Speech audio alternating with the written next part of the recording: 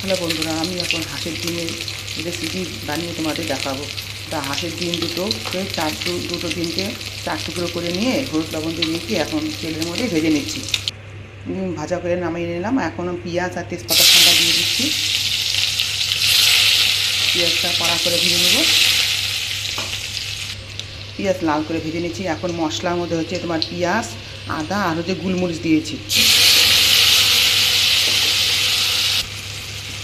মশলার মধ্যে দিয়ে দিলাম হচ্ছে 4টা কাঁচা লঙ্কা আর হচ্ছে মটরশুঁটি দিয়ে হলুদ লবণ দিয়ে ভাজবো। মশলাটা প্রায় ভাজা হয়ে আসলো। তার মধ্যে আমি হচ্ছে টমেটো ছোটো করে নিয়েছি। এখন একসাথে মশলাটা কড়া করে ভেজে নেব। মশলা ভাজা হয়ে গেছে। এখন পরিমাণ মতন জল দিয়ে দিলাম।